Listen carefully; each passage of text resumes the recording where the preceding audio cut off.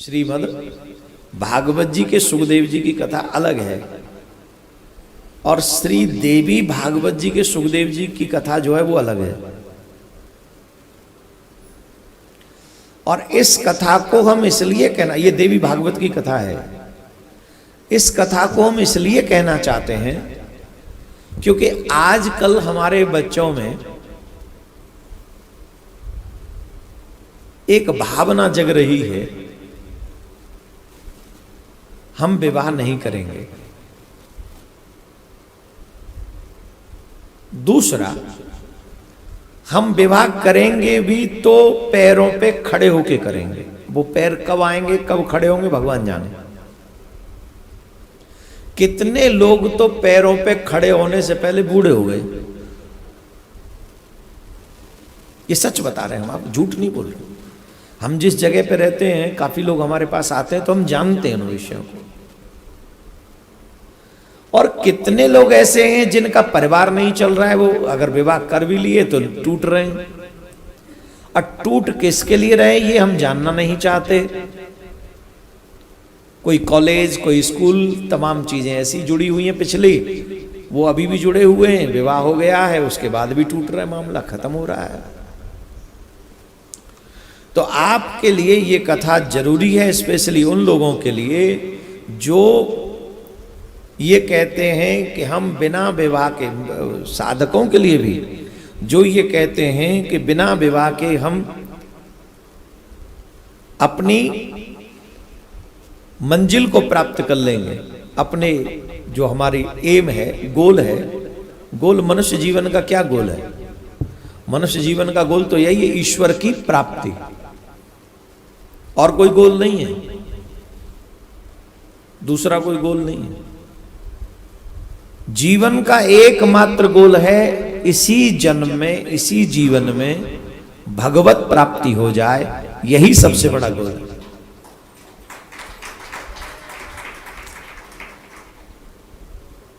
हमने कल आपको बताया था कि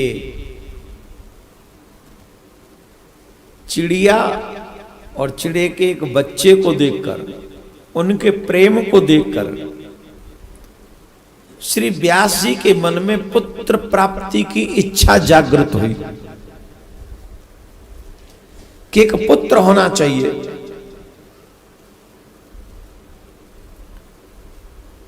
परंतु व्यास जी ने एक बात सोची कि मैं किस स्त्री को स्वीकार करूं, मेरे योग्य स्त्री कौन है? भाई शास्त्रों में वर्णन है, हमेशा योग्य वर और योग्य वधू मिलनी चाहिए।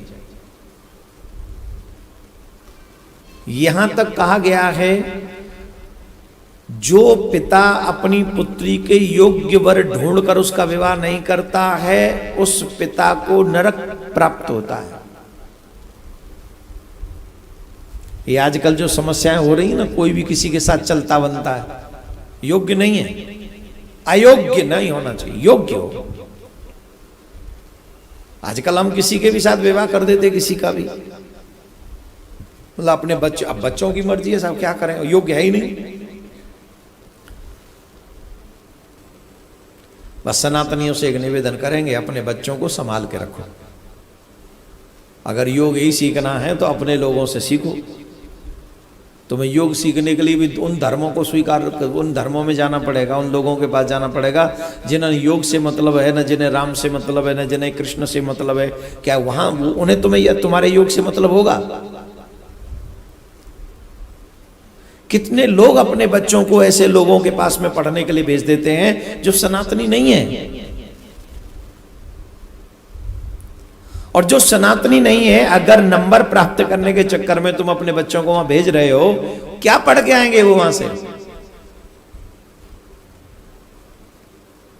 क्या पढ़ के आएंगे? हमारे बच्चों का भविष्य तो हमें ही संभालना पड़ेगा। अगर तुम सोचोगे सिर्फ पैसा तुम्हारे बच्चों का भविष्य संभाल देगा, तो धिक्कार है उस सोच के लिए जो सिर्फ पैसे पे टिकी हुई है। पैसे भविष्य नहीं बनाते साहब, विचार ही भविष्य बनाते हैं। जिनका विचार श्रेष्ठ है, उनके बच्चे श्रेष्ठ होते हैं। तो पैसा नहीं, विचार देने का प्रयास कीजिए, आपके लिए लाभदायक होगा। बोलो राधे राधे। अब वेद व्यास जी जिन्होंने वेदों का विभाजन किया, वो कह रहे मेरे योग्य स्त्री कौन होगी, कौन सी स्त्री है जो मेरे योग्य हो, जो उस मेरे संकल्प को पूर्ण कर सके। इतना वन में बैठकर वेद व्यास जी महाराज सोच ही रहे थे। सूत जी महाराज कहते हैं घृता नाम की उस अप्सरा को वहां से वहां अब उसी वन में एक घृता नाम की अप्सरा दिव्य रूप धारण किए हुए उस वन में पहुंच गई। अप्सरा को तो जानती है वेद व्यास जी, कोई साधारण तो है। इन लोगों के देवांगनाएं ऋषि मुनियों की इच्छा को पूर्ण करने के लिए या देवराज की इंद्र की या भावनाओं को पूर्ण करने के लिए वो इधर उधर विचरती रहती है। वेद व्यास जी के मन में जब ये भावना आई तो घृताची नाम की अप्सरा वहां होके निकली, और जब व्यास जी ने उस अप्सरा को देखा तो व्यास जी चिंता में पड़ गए और सोचा मैं क्या करूं, यह देव कन्या अप्सरा मेरे अनुरूप तो बिल्कुल भी नहीं। ए युवाओं, French cut, doggy cut style, hair style. Ved Vyasi Maharaj क्या कह रहे हैं, ये अप्सरा मेरे योग्य नहीं है, ये कह रहे हैं। और हमारे बच्चों की सोच,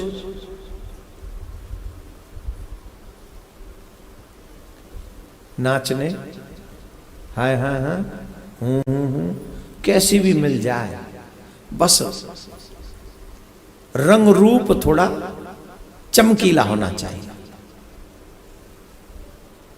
और आज युवा पीढ़ी ऐसी पड़ी हुई पीछे। वेद व्यासी देवांगना अप्सरा को कह रही है मेरे योग्य नहीं है,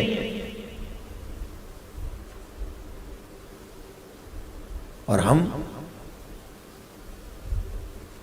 न वर्ण देख रहे हैं, न धर्म देख रहे हैं, न स्वरूप न स्वभाव देख रहे हैं, बस स्वरूप देख रहे हैं। ये जो ग्रंथ होते हैं ना, हमें सिखाने के लिए होते हैं, हमें भड़काने के लिए नहीं होते। हमारी शिक्षा होनी चाहिए इन ग्रंथों से। ये देश का बट्टाधार इसीलिए हो गया क्योंकि सनातनी शिक्षा को हमारे परिवारों से दूर कर दिया गया है। और जब तक सनातनी शिक्षा हमारे परिवारों में नहीं आएगी तब तक अच्छा वर हमारी बेटियों को नहीं मिलेगा, और तब तक अच्छे बेटों को अच्छी वधू नहीं मिलेगी। और ना अच्छा वर नहीं मिला, अच्छी वधू नहीं मिली, मैं दावे से कह सकता हूं आपके पितरों को जल भी नहीं मिल सकेगा, और आप रोगे, आप पितृ ऋण से उऋण नहीं हो सकोगे। ये मेरी चिंता मेरे लिए नहीं है, ये देवी भागवत का वो दिव्य ज्ञान है जो आपको प्राप्त हो रहा है इस समय नवरात्रों में। ये कोई प्लान नहीं था कि हम यहाँ कथा कहेंगे। अगर हम मुंबई चले गए होते तो यहाँ कहाँ बैठते फिर आप सबके बीच में। आप सब मतलब आप लोगों को तो कहां से पता चल गया, तुम्हें बताया किसने कि यहाँ कथा हो रही है? जो यहाँ बैठे इनको तो पता ही नहीं, तो इंटरनेट के लिए कथा हो रही थी कि चलो सनातनी देश विदेश में बैठे हैं, नवरात्रों में दोपहर में सोने की बजाय उन्हें देवी की कथा 2 घंटे सुनने को मिल जाए, इसलिए किया जा रहा है। और शायद ये दिव्य ज्ञान आप सबके परिवारों के कल्याण के लिए ही है। अपने बच्चों को ये बात सुनाओ, बेटा हो या बेटी। देवलोक से आई हुई अप्सरा को देखकर व्यास जी उदास हो गए थे, ये मेरे योग्य नहीं है। और व्यास जी की ये दशा देखकर वो अप्सरा भी डर गई, उसके मन में भय व्याप्त हो गया, कहीं मुझे साप न दे दें। अब जब वो देखा कि मैं उन्हें मोहित नहीं कर सकी तो वो डर गई, और वो डर कर इतनी भयभीत हो गई कि वो सुग्गी बन गई। वहां मतलब अपना वो शरीर छोड़ दिया, सुग्गी बनकर वहां से धीरे धीरे निकल गई। और उस समय वेद व्यास जी महाराज यज्ञ के लिए अग्नि प्रकट कर रहे थे अग्नि से, लेकिन अचानक से कोई विचार उनके मन में आया। उस अप्सरा का कोई एक आधा भाव ध्यान में आया होगा। वेद व्यास जी उस समय उस हाव भाव को देखकर उनके मन में काम जागृत हुआ व्यासी के में। पर काम जागृत हुआ उसके बावजूद भी उधर दृष्टिपात करने की बजाय वो अग्नि प्राकट्य करने में लगे रहे और उसी समय उनका तेज निकलकर अरणी के ऊपर आकर गिरा। उस अरणी पर जब तेज गिरा तो उस अरणी के ऊपर तेज के गिरने से उसी समय वहां एक बालक का जन्म हुआ और उन्हीं बालक को हम लोग सुखदेव जी के नाम से जानते हैं। श्री सुखदेव जी महाराज की जय। सुखदेव जी शीघ्र विद्याध्ययन में लग गए। ध्यान से सुने, जब तक बच्चा, आजकल तो ये परंपरा है नहीं, पहले गुरुकुलम में पढ़ने जाते थे और गुरुकुलम में पूरी जीवन पद्धति सिखाई जाती थी। कितने बजे उठना है, कितने बजे स्नान करना है, कितने बजे पाठ करना है, कितने बजे क्लास में जाना है, कौन कौन से व्यक्ति को क्या क्या पढ़ना है और कैसे माता पिता के साथ व्यवहार करना है, कैसे जीवन जीना है, ये सिखाया जाता था गुरुकुलम में। कैसे जीवन, आजकल के बच्चों को नहीं सिखाया जाता जीवन कैसे जीना चाहिए। आजकल तो सिर्फ स्कूलों में कॉलेजों में एक ही चीज सिखाई जाती है, हाउ टू अर्न मनी। क्या सिखाया जाता बोलो? हाउ टू अर्न, पैसा कैसे कमाया जाए, सिर्फ इतना, पैसा कैसे कम, और पैसा ही सर्वोपरि हो गया ना, वो ठीक नहीं। सुखदेव जी महाराज ने तुरंत ही गुरुकुल में रहकर रहस्य और रहस्यों का संग्रह किया और संपूर्ण वेद एवं अखिल शास्त्रों का उन्होंने भली भांति से अध्ययन किया। और जब विद्याध्ययन पूर्ण हो गया तो श्री सुखदेव जी महाराज एक दिन अपने पिताजी के पास, कहाँ रह के विद्याध्ययन किया? गुरुकुलम में।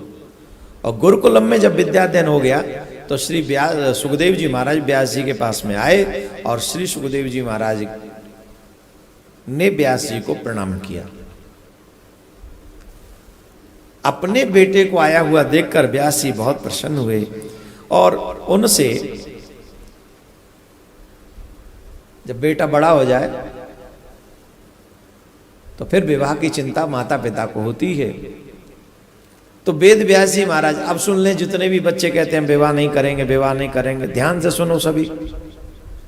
वेद व्यास जी ने सुखदेव जी से कहा, पुत्र अब तुम्हारा विद्या अध्ययन पूर्ण हो चुका है, अब हमारी समझ से तुमको विवाह करना चाहिए और एक श्रेष्ठ पुत्र उत्पन्न करना चाहिए।